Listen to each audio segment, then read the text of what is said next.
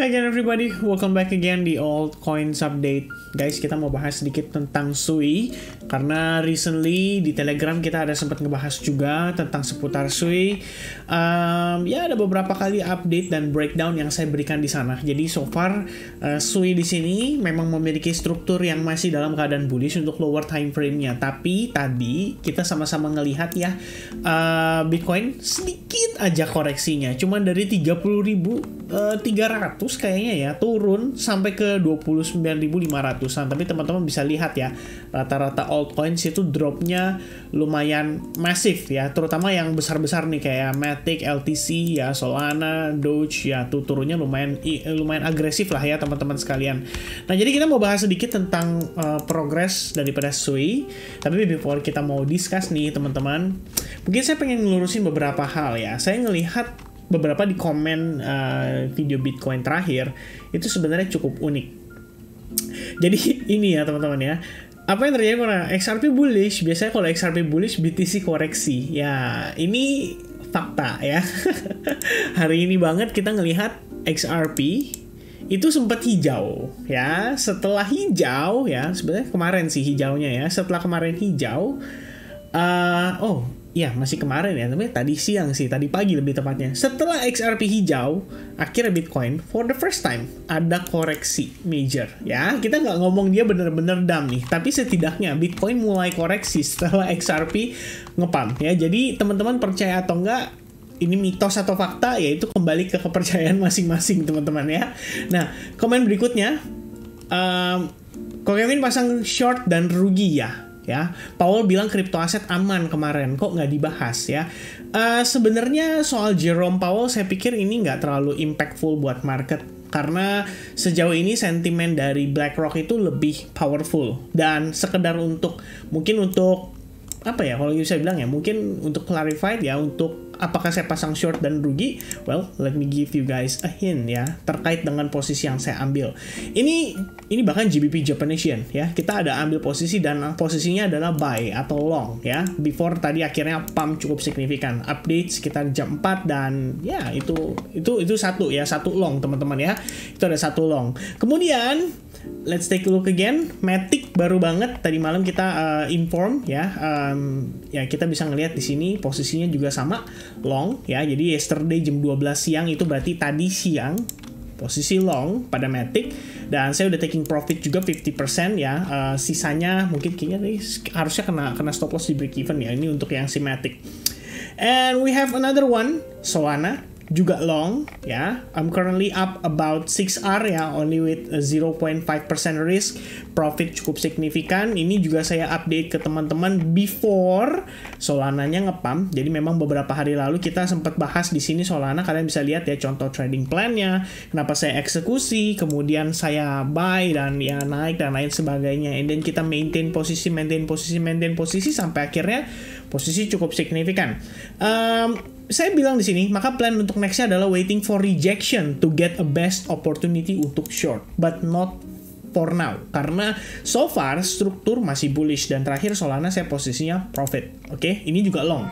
And then maybe another one, LTC ya, previously kita juga ada posisi long ya. Di sini saya sempat discuss juga sama teman-teman post analisisnya seperti apa. Dan baru ada kepikiran untuk melakukan short baru-baru ini karena ada rejection dari Sui. Jadi memang ada pertimbangan untuk melakukan short setelah adanya rejection, bukan sebelum. Ya, bukan sebelum.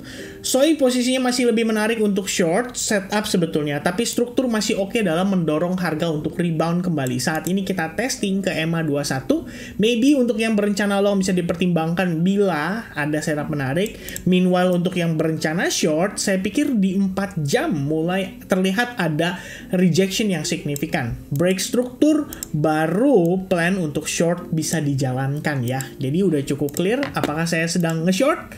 Ya silahkan jawab sendiri ya teman-teman sekalian. Jadi itu mudah-mudahan cukup menjawab ya untuk pertanyaannya dari Lutfianindita. Oke. Nah, Oke, kita sekarang masuk dulu ke price action update ya untuk Sui. Jadi seperti yang tadi saya sampaikan di advance group juga, saya ngelihat finally Sui itu mendapati yang namanya rejection.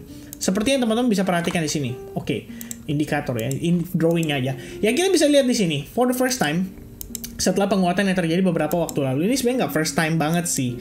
Tapi kali ini saya ngelihatnya lumayan agresif dari sisi sellers ya. Pertama teman-teman, harga itu sempat nanjak di atas area ini. Ya, ini adalah resistance pergerakan sebelumnya. Sepertinya dia di break, tapi ternyata jatuhnya di fake out. Pada time frame 4 jam, teman-teman bisa lihat dia bergerak kembali di bawah area resistance tersebut. Itu pertama.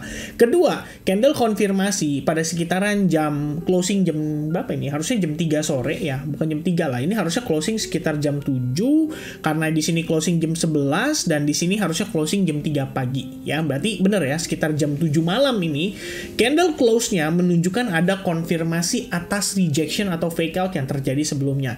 Close candle jam 11 tadi menunjukkan tail candle begitu panjang ke atas, mengindikasikan bahwa buyers berusaha untuk mengangkat harganya, tapi kemudian gagal dan kembali terkena rejection. Oke, di posisi candle saat ini menjelang closing jam 3, ya saya nggak tahu sih apakah dia akan volatile dan bertahan di atas exponential moving average 8 atau dia akan meneruskan koreksinya atau rejectionnya. Dan saya rasa semua ini nantinya akan tergantung dari posisi si Bitcoin juga. Kalau Bitcoin hari ini ternyata dia break di bawah $30.000 dan close di bawah $30.000, mungkin ini adalah awal dari potensi koreksi yang kita bicarakan pada posisi Bitcoin.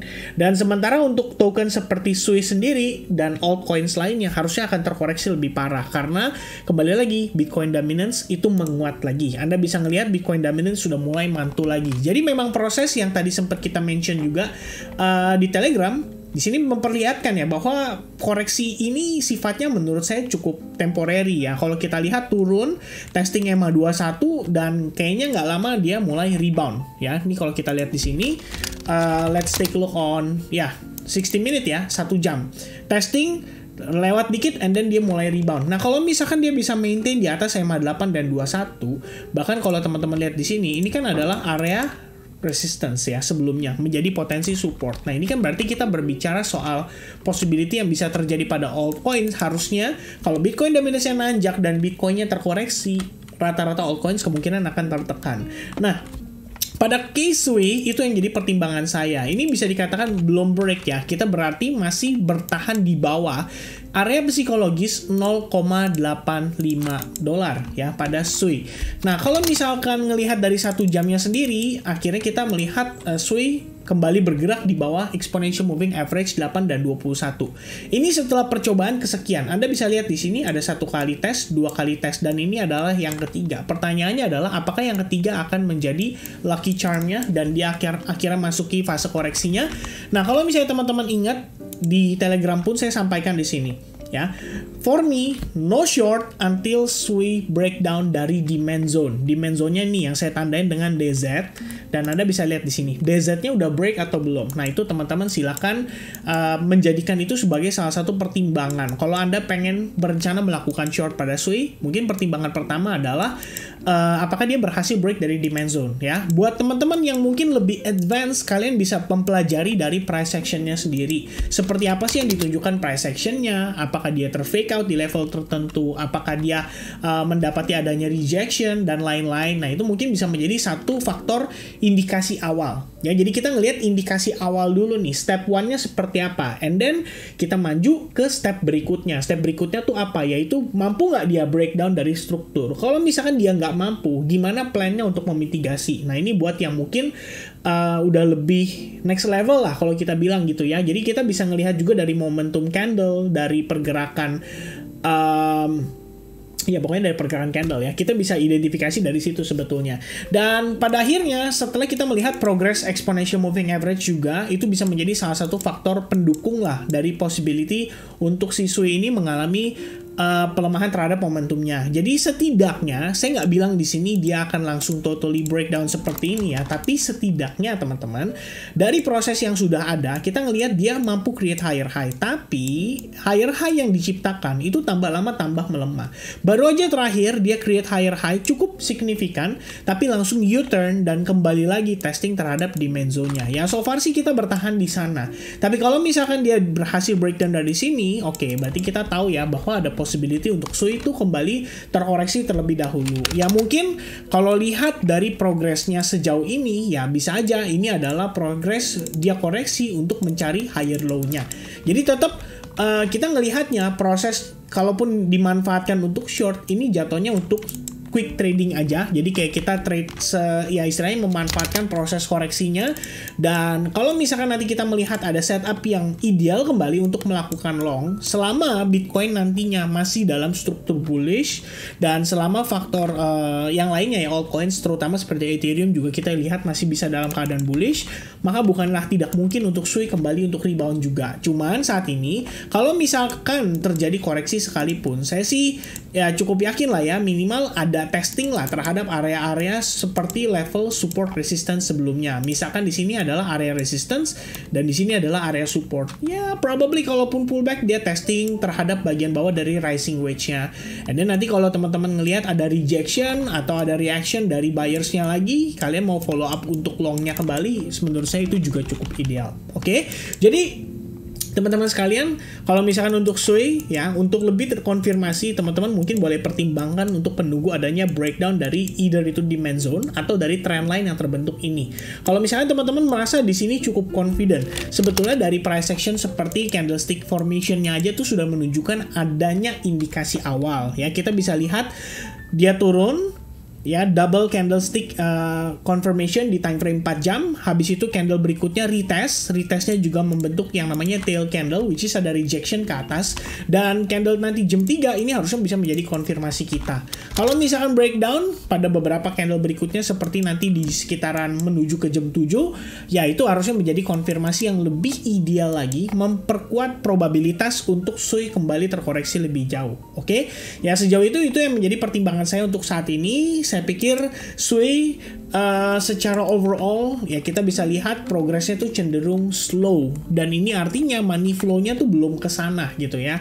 Kita nggak tahu apakah nanti akan ke sana atau tidak, tapi dengan melihat progres seperti ini ya harusnya sih boleh menjadi pertimbangan juga lah, bahwa berarti untuk Sui itu benar-benar perform mengikuti progres daripada Bitcoin kelihatannya agak kesulitan ya. Mungkin menyusul pada saat nanti setelah Ethereum udah mulai di-pump dan kemudian udah mulai masuk ke altcoins yang lainnya juga. Alright, so I think that's it teman-teman sekalian untuk update saya seputaran Sui ya.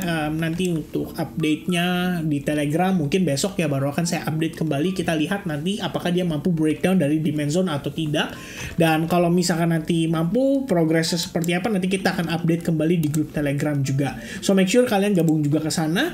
Dan ya, I think that's it teman-teman sekalian ya untuk update saya seputaran altcoins ini. Mudah-mudahan bisa bermanfaat dan sampai ketemu lagi di update untuk Bitcoin besok. I'll see you guys again soon. Cheers guys. Bye-bye.